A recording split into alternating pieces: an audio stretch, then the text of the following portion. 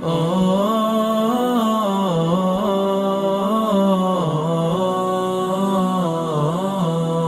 ريتك عمري يا رمضان، يا ريت الوقت ما يعديش، بعدت كتير وجاي ندمان وشهر لوحده ما يكفي. يلا يا رجاله ماشي، كل واحد يكسر صيامه بحاجه كده، ويلا عشان نصلي الاول ونكمل. يلا يلا حبيبي، انت هتقعد انت هتغمس. يلا يا فارس اقم الصلاه. يلا يا حبيبي اقعد يا حبيبي، تعالى يا بابا تعالى يا حبيبي.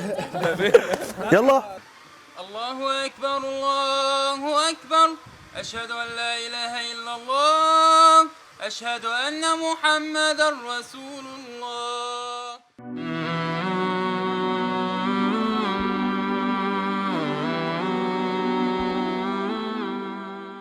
ماشي يلا رجاله. ماجد ما كانش هيقوم اصلا. ده احنا مقومينه بالعافيه يا ريس. ما بيكفيكوا يا رجاله. دكتور قرب يا حبيبي، قرب يا اخويا. كده نحتاج ايه ده؟ قرب يا حبيبي. سموا الله يا حبيبي. ما تهجمش يا ماجد. كان ياكل الفرخه بريشه. الاول يقول لك ايه بسم الله اول واخره في نص الاكل. بس خلاص يجوز يجوز. سموا الله يا رجاله، الله يبارك فيكم. قال يا رجاله الكلام اللي ماجد بيتكلمه دلوقتي ينفع اصلا يبقى فيه كلام على الاكل ولا ما ينفعش؟ قولوا لي رايكم كده.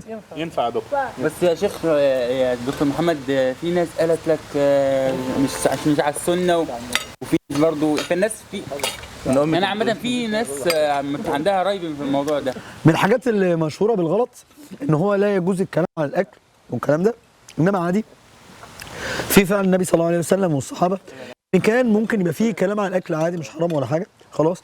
انما ايه يعني ذوقيا ما يتكلمش وفي بقه اكل، انما ممكن يكون فيه كلام عن الاكل من باب الود كويس جدا. ومن الحاجات يا جماعه والله اللي احنا عايزين نفتكرها موضوع لحظه الفطار اللي احنا فيها في رمضان دي يا جماعه. يا ترى مين فينا اللي اعتق دلوقتي من النار يا جماعه؟ والله يعني عايزك تفكر كده، حديث رسول الله صلى الله عليه وسلم ولله عند كل فطر عتقاء من النار.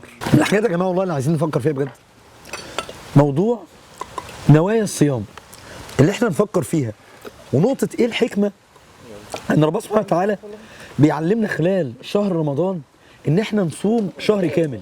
فبقول لكم يا جماعه بجد من الحاجات والله اللي احنا عايزين نفكر فيها حكمه ربنا سبحانه وتعالى من الصيام، وايه الحكمه ان احنا في شهر رمضان كامل نصوم شهر كامل. حد يعرف آية الصيام يا جماعه اخرها ان الحكمه ايه؟ لعلكم ايه؟ في درس يا جماعه مهم قوي عايزين نتعلمه من حكمه لعلكم تتقون. ربنا سبحانه وتعالى علمنا ان من اهم حكم الصيام ان احنا نرزق التقوى. فبيقول لك ايه يا عمرو بقى؟ اذا كان الواحد في الصيام في رمضان بيمنع نفسه من الاكل والشرب ومعاشره الاهل، وده حلال وانت محدش شايفك، فانت بتمنع نفسك من الحلال وانت صايم في رمضان. فلعلكم تتقون ايه الحكمه فيها بقى؟ ان اذا كان في الصيام انت بتمنع نفسك من الحلال، فيبقى الاولى بقى يا عموره خلاص مش حاجه يعني اتكلم عادي خلاص ان انا في غير الصيام ان انا امنع نفسي من الحرام. انتوا فاهمين القصه دي يا جماعه؟ احنا مش بنصوم كده وخلاص.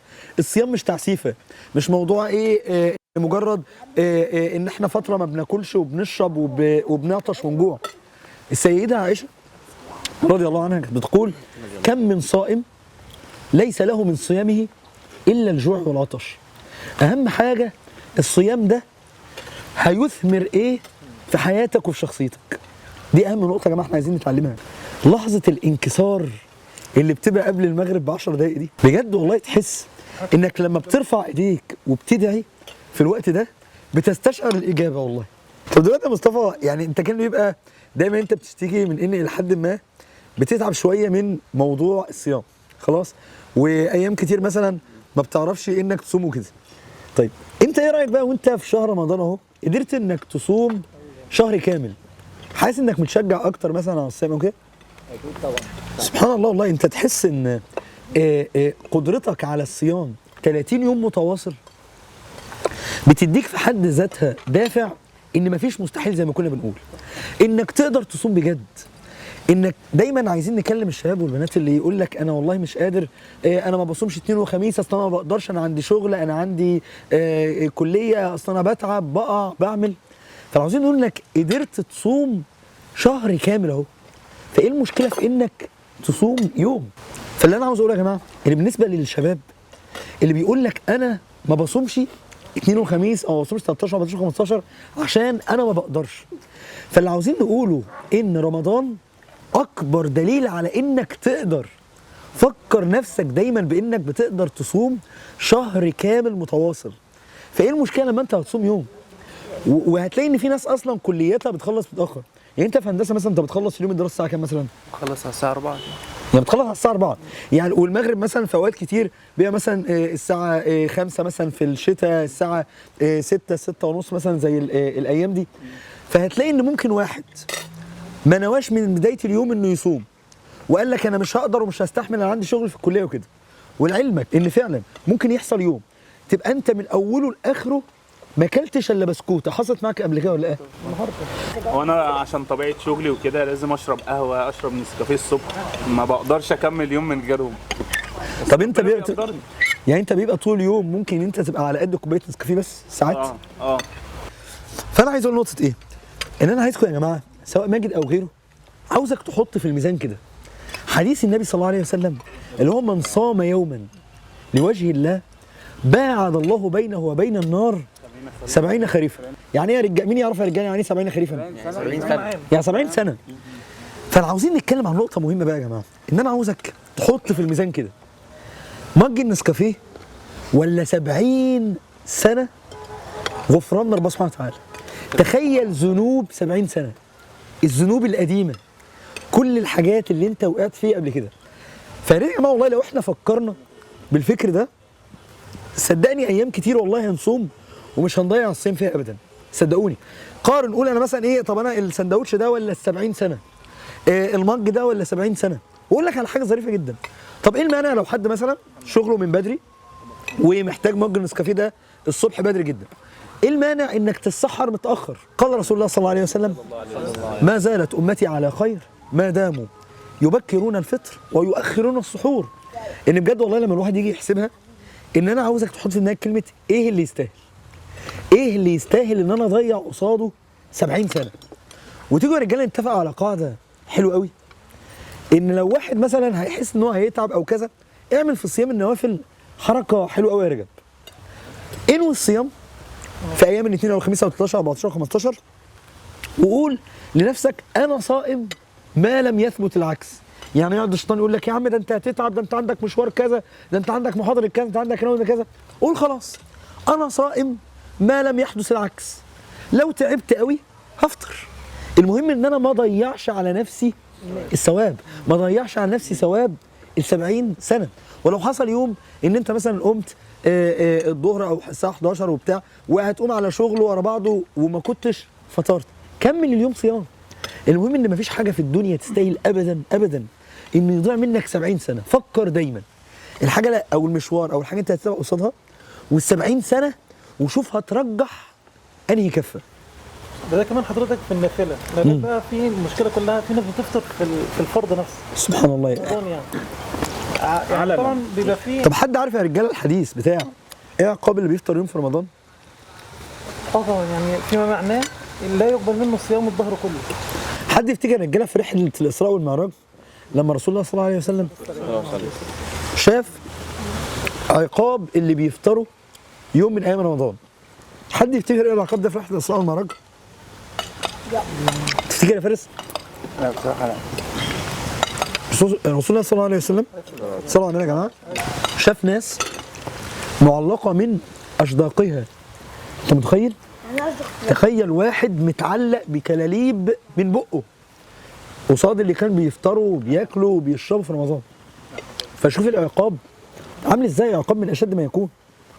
وعاوزين نفتكر يا جماعه من اجمل الحاجات بقى اللي انا شخصيا بحبها في الصيام قوي، حديث رسول الله صلى الله عليه وسلم: يستجاب دعاء احدكم ما لم يفطر. ان ازاي طول ما انت صايم دعائك مستجاب. انا كنت فاكر زمان يا عمرو للصائم دعوه مستجابه عند فطره، انما الاصح ان رحمه ربنا اوسع بالصائم. ان رسول الله صلى الله عليه وسلم قال يستجاب لاحدكم ما لم يفطر، وحديث رسول الله صلى الله عليه وسلم: دعوه الصائم لا ترد. طول ما انت صايم دعائك مستجاب. فتخيل يا اخي احساسك كده انك يقينا ليك دعوه مستجابه، يقينا ليك دعوه مستجابه ما دمت صائم. انت عارف يا اخي لما انت حد اجمل حاجه مثلا في علاء الدين والمصباح السحري وفكره المصباح والمرد والكلام ده ايه؟ فكره شبيك لبيك ايه؟ ليك 3 اماني مستجابه واطلب كذا وكذا وكذا. فتخيل بقى يا اخي لله المثل الاعلى ان ربنا سبحانه وتعالى بيوعدك ان انت ليك دعوه مستجابه فعلا وانت صايم. فدي من اجمل الحاجات اللي تحفزك على الصيام قوي، احساسك انك ممكن دعوه مستجابه تدعيها وانت صايم تغير بيها حياتك كلها. في دلوقتي يا دكتور الناس بتصوم كتير بس اخلاقها وحشه، يعني اي حاجه صغيره كده يتنرفز ويسب ويلعن ويتضايق ويتنرفز. طب دلوقتي يعني نظامهم ايه؟ رسول الله صلى الله عليه وسلم قال: لا يكن يوم صوم احدكم كيوم فطره، فمن كان صائما فلا يفسق ولا يرفث، وان سابه احد او شتمه فليقل ايه يا رجاله؟ اني صائم. فالفكره فعلا في نقطه انك مش بس تكون صايم صيام الاكل والشرب، لا صيام الجوارح كمان، ودي من اعلى درجات الصيام.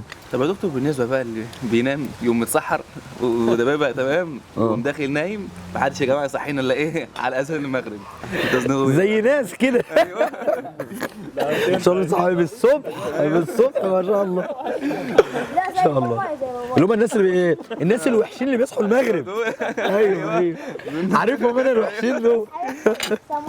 دلوقتي اكبر مشكله موضوع الفروض اللي بتضيع منهم يا جماعه كمان.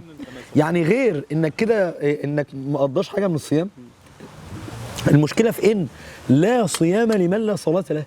يعني هو كمان الفروض اللي قاعده بتضيع منه، فيبقى الاجر منقوص جدا. ممكن يكون اسقط الفريضه بس ما يضمنش الاجر طبعا. فلازم انه يكون صاحي خلاص. يعني في خلافات اصلا فقهيه عن نقطه اللي نام من الفجر صحى المغرب ده يتحسب له ولا لا. في ناس قال لك بالنيه وفي ناس قال لك لا، ممكن لا يحتسب هذا الامر. فالواحد ليه يحط نفسه في المجال ده؟ لازم الواحد زي ما انت صايم احافظ اكون صاحي اكتر وقت. مفيش مانع انام شويه، اريح شويه، انام قيلوله، انام ماشي اوكي وقت معين من اليوم. انما لو الصيام 12 ساعه ما بقاش نايم منهم 10 ساعات. عاوزكم يا رجاله تقولوا لي نوايا بقى لما حد منكم بيصوم اكتر حاجه بيبقى ناويها ايه، او اكتر حاجه بيفكر فيها ايه؟ الدخول من باب الريان. والله العظيم مصطفى جاب من الاخر. اهم كلمه قال الدخول من باب الريان. باب الريان ده يا عبد الله عاوزين نتدبر بس في لفظ الحديث اللي رسول الله صلى الله عليه وسلم اتكلم فيه يا جماعه عن باب الريان. حد عارف الحديث قبل ما انا اقوله؟ الرسول صلى الله عليه وسلم قال: ان للجنه بابا ولا ان في الجنه بابا؟ انتوا خدتوا بالكم يا جماعه؟ في علماء وقفوا في شرح كلمه في دي وقالوا كلام رائع قوي يا جماعه. ان رسول الله صلى الله عليه وسلم ما قالش ان للجنه بابا يقال له الريان يدخل منه الصائمون، قال لا، قال ان في الجنه بابا يقال له الريان يدخل منه الصائمون فلا يدخل احد بعدهم. ففي علماء بيقول لك ايه؟ ان غير ابواب الجنه اللي ممكن الناس تخش منها، ده باب جوه الجنه كمان من اهل الجنه ما يخشوش الا الصائمون. انت متخيل الوضع عامل ازاي يا جماعه؟ فعاوزك تتدبر كده في كلمه الريان. يخطر على بالك ايه كده يا ماجد في كلمه الريان؟ ان في علماء بيقولوا من تفسير كلمه الريان معناها ايه؟ يقول لك هو الباب الجنه الذي عندما يدخل منه الصائمون تروى كل شهواتهم. وشوف الكلمه بقى، انت عارف ازاي تروى كل شهوات الاكل والشرب والحور كل شهوات حياتك تروى ريا. شوف وسقاهم ربهم شرابا طهورا. شوف لما يبقى، تخيل، انا عايزك تتخيل الملاهي المائيه اللي هتبقى موجوده في جنه الريان عامله ازاي. عايزك تتخيل اذا كان الجنات العاديه بتجري من تحتها الانهار، يبقى جنه الريان منظر الانهار اللي فيها عامل ايه يا جماعه؟ عاوزكم تتخيلوا طعم العصائر اللي هتبقى موجوده في جنه الريان عامله ازاي. طبعا صح فعلا. وانهار الخمر اللي لذة للشاربين اللي هتبقى موجود. صح، برافو يا عبد الله. الشاربين والهاب من العسل المصفى. ما شاء الله، ربنا يا رب يبارك فيك. فعلا موضوع ازاي في الانهار العاديه اللي في الجنه، انهار العسل واللبن والعسل المصفى، ازاي انهار جنه الريان يا جماعه. فبجد جنه الريان تستاهل ولا لا؟ ربنا سبحانه وتعالى قال عليها في الحديث القدسي: كل عمل ابن ادم لا الا الصيام فانه لي وانا اجزي به. وانا اجزي به. تخيل ان ربنا سبحانه وتعالى اختص الصيام من وسط كل العبادات، ان ده اكبر عمل انت بتعمله لله سبحانه وتعالى عشان الاخلاص يا جماعه. فعلا انك انت وانت صايم لو انت فتحت الثلاجه وقمت خابط على عمرو حاجتين كده ولا حاجه، حد هيشوفك؟ ما حدش هيشوفك خلاص. فاللي بيحصل ان انت فعلا العباده دي، عباده الصيام مدرسه للاخلاص يا جماعه والله. انك ازاي بتتعلم من خلال الصيام اكبر مدرسه للاخلاص في انك تراعي ربنا فيما بينك وبين نفسه، وبتراعيه في الحلال، انك بتحرم نفسك من الحلال، فما بالك بالحرام بقى. فاهم القصد يا جماعه؟ مبسوط يا جماعه والله بجد ان احنا اكلنا مع بعض وان احنا قعدنا نفطر مع بعض، ونسال الله يا رب ان شاء الله ان احنا نبقى على نفس المأدبه في الجنه ان شاء الله، ونفطر فيها مع بعض، وربنا يا رب يجمعنا على كل خير يا جماعه. يا ريتك عمري يا رمضان، يا ريت الوقت ما يعديش، بعدت كتير وجاي ندمان وشهر لوحده ما يكفي. يا ريتك عمري يا رمضان، يا ريت الوقت ما يعديش، بعدت كتير وجاي ندمان وشهر لوحده ما يكفي.